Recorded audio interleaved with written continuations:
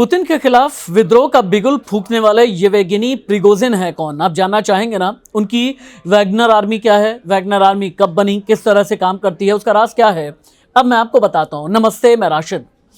Yevgeny Prigozhin, जिनका जन्म हुआ लेनिनग्राद में, लेनिनग्राद यानी सेंट पीटर्सबर्ग, लेनिनग्राद में जन्म लेने के बाद येवगेनी प्रिगोजिन बहुत अग्रेसिव स्वभाव के थे।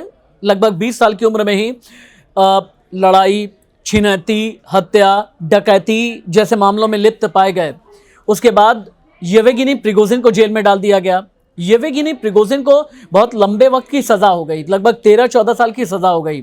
लेकिन जेल के अंदर अपने बेहतर व्यवहार की वजह से येवगेनी प्रिगोजिन को रिहा कर दिया गया। 9 साल के बाद ही येवगेनी प्रिगोजिन निकले। उसके बाद फिर आए वापस सेंट पीटर्सबर्ग में, वहां पर हॉट डॉग का अपना एक रेस्तरां खोला। रेस्टोरेंट बहुत ज़्यादा फेमस होने लगा और येवगेनी प्रिगोजिन की पूरी फूड चेन बहुत चल निकली। ऐसी चल निकली कि व्लादिमीर पुतिन तक भी अपने दोस्त को इस रेस्टोरेंट में लेकर के जाते थे। और तब येवगेनी प्रिगोजिन का नाम पड़ा पुतिन का रसोइया, यानी पुतिन का पर्सनल शेफ। लेकिन पुतिन का ये रसोइया पुतिन के खिलाफ विद्रोही बनने तक एक बहुत बड़ी कहानी, एक बहुत बड़े राज, एक बहुत बड़े किरदार और एक बहुत बड़ी दास्तान के साथ होकर के गुजरता है। येवगेनी प्रिगोजिन जब पुतिन मिले, पुतिन के साथ में बहुत जो बॉन्डिंग थी, बहुत रिलैक्सेशन वाली जब होने लगी, तो येवगेनी प्रिगोजिन ने यह कहा कि आप तो केजीबी में रहे हैं, आप तो जासूस भी हैं, क्यों नहीं एक प्राइवेट आर्मी आप बनाते। न जाने आपकी जो सरकारी आर्मी है आपके खिलाफ अगर कहीं कभी विद्रोह का बिगुल फूंक दे तो आप क्या करेंगे। तुरंत ही पुतिन का दिमाग चल गया। पुतिन को यह लगा कि हाँ, बात तो एकदम सही है।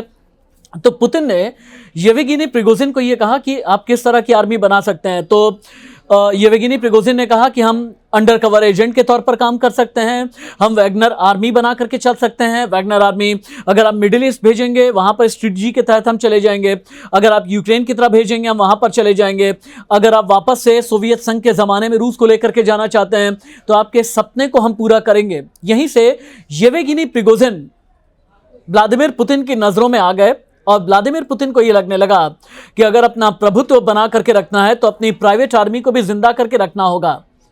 ग्रीन सिग्नल दे दिया येवगेनी प्रिगोजिन को।